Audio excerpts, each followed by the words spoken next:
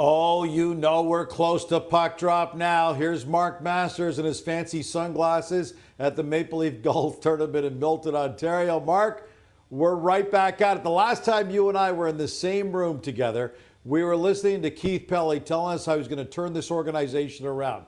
And he said, and I'm quoting now, "We're not here to sell jerseys. The fans deserve and demand a championship. We need to win. Nothing else matters." So here's the big question. From what you've seen, is this team any more prepared this year than last year's to erase decades of playoff disappointment? Well, they're better defensively, I think. The defense core obviously has been improved, but overall it's got a pretty similar vibe going into this year's training camp. You know, the core guys are back. There is a new head coach, a Stanley Cup winning coach in Craig Berube, and a new captain in Austin Matthews, but the core pieces are back. The defense is stronger, but there's still some question marks. It's one of those wait-and-see things, Gino. All right, so the new bodies, they're on the golf course today. You got to hear from some of the new guys. Chris Tanev got a taste of the Cup final way back with the Vancouver Canucks against the Bruins back in 2011. Oliver Ekman-Larsson, Anthony Stolarz, both won a Cup with the Panthers last year. Now, Stolarz didn't see much action in the playoffs, but they've won. Does this matter? How much effect do you think this has on this current group of Leafs? Well, the Leafs certainly hope it matters. Ekman-Larsson said today, that's why they brought us in, is we've got those vibes. We've been there. We know what it takes to win. And we see this all the time, of course. Teams will bring in guys with a winning pedigree and hope that that will help them get over the hump. Ultimately, for me, I think it still comes down to those core guys and whether they're able to elevate to that next level in the postseason. But certainly it doesn't hurt to have guys who have been there and been there so recently to say this is how it's done. A guy like Anthony Stolarz, who's going to work so closely with Joseph Woll. You know, you'd like to think that that's going to help Joseph Woll, a young goalie that they have so much, faith in the Leafs organization. Chris Tanev is a guy who's gone deep. He's, can mentor some of the younger defensemen as well. So it can't hurt. I'm not sure it's the missing piece, though, Gino. You used that four-letter word, so let me get back to it, the core. This time last year, William Nylander was going to the final year of his contract. It was somewhat distracting. He didn't get his new deal until January. Now, of course, Mitch Marner. Similar situation. He's looking for either an extension or to get moved.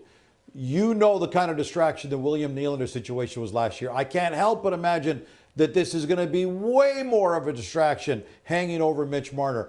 Where do you think we go from here? Does this need to get done sooner rather than later? Either extend or move this guy? Yeah, I mean, I'm not even sure how much of a distraction it ended up being last season. If anything, it seemed to fire up Nylander.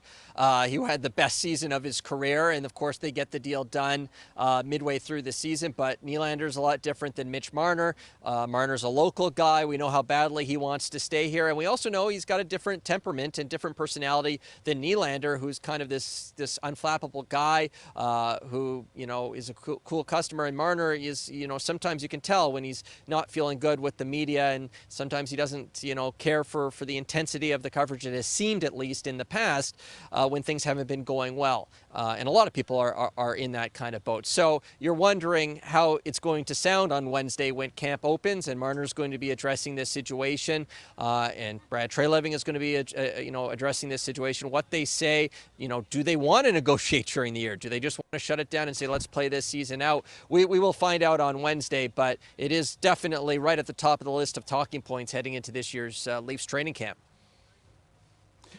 Another talking point, Mark, is, and it's not unrelated to Mitch Marner right now, is the salary cap. The Leafs are right up against the cap right now, and they still need to sign some guys. Brad Treliving certainly gives the indication that Max Pacioretty, while he's out there only for a tryout right now, he's going to get a deal. Nick Robertson just got a deal. And at this point, the math just doesn't work. Where do you think we go from here on that front? Yeah, we go to training camp and we see, is Max Pacioretty looking like the guy the Leafs believe he's going to be? They have a lot of faith in his bounce back ability after a summer of spent training and not rehabbing. Brad Treliving has said we expect him to be with us, but he doesn't have a contract. So right now there's not much risk in terms of the Leafs side of things. So if that's, you're going to be looking at that and who's had a good summer, and Nick Robertson signs his deal, but we know in the past he's expressed a desire to move on. So there's a lot of different interesting moving parts going into camp, but it should be a very intense and competitive camp at the bottom of the lineup, and I think the Leafs are happy with that. That will inject some, a bit of an uncomfortable element to a training camp where a lot of the jobs are already settled. So where we go from here is we go to training camp and see who's going to win these spots, who's going to come in there and say, this is my spot, and you sort out the rest. Like last year we saw Trey Living had traded Sam Lafferty right at the end of training camp to create the space because Fraser Minten had earned himself a look. So we'll see how it plays out once they get on the ice for the first time on Thursday. Let me take you back to the top of the roster right now. We know the number one center, that's obvious. But who's your number two center right now? Do you stick with John Tavares? He's no longer your captain. Do you stick with him at number two? Or do you try Willie Nylander again? They gave him a brief look last year. Really brief, Gino. I mean, what, 2 preseason games? It felt like you blink and you missed it, and we thought it was going to be a long experiment. And even after Fraser Minten got sent down, we did not see Nylander return to the middle there. So, yeah, I mean, Jonas Siegel, who of course is a contributor to TSN Radio, writes very well for The Athletic, has made it clear that he thinks they're going to experiment again with William Nylander down the middle. We know that was Trey Living's idea. Sheldon Keefe told us that at the start of camp last year. So if the general manager has an idea, he probably still has maybe that inkling of an idea. It would certainly be nice if Nylander could be an option down the middle. It makes you a lot deeper at the center ice position, because right now that's a question mark, because Minten is back, but is he going to start with the Leafs or is he going to start with the Toronto Marlies? We don't know that. We don't know if he's ready for a full 82-game season. Max Domi has played in the middle, but he had a lot of great chemistry with Austin Matthews. He might be better suited for a spot on the wing. David Kampf, of course, at the fourth line center spot, seems pretty set there. Third line, probably not the best spot for him considering his limitations offensively. So, yeah, I don't know. But what I would say is I think that the season is long, and I think it's worth experimenting and seeing and giving it a real run to see if William Nylander, in the first year of a new deal, maybe there's a little bit more comfort with him, knowing that I can play center a little bit more. And if it doesn't go well, it's not the end of the world if I have a cold couple of weeks or whatnot. So I think that there's maybe more of an opportunity this year. New coach coming in, general manager. We know he likes the idea. It'll be intriguing to see, but center depth right now, if Nylander's not there, is certainly a question mark for this team. Mark, I'm looking forward to it. You and I are going to have a lot of talking points. A reminder to our hockey fans, we're going to be doing this all season long. The medicals are Wednesday, camp opens up. And Mark, as we say goodbye, you remind me so much of David Caruso, formerly of CSI. Can you log off with a little classic Caruso line with your glasses there?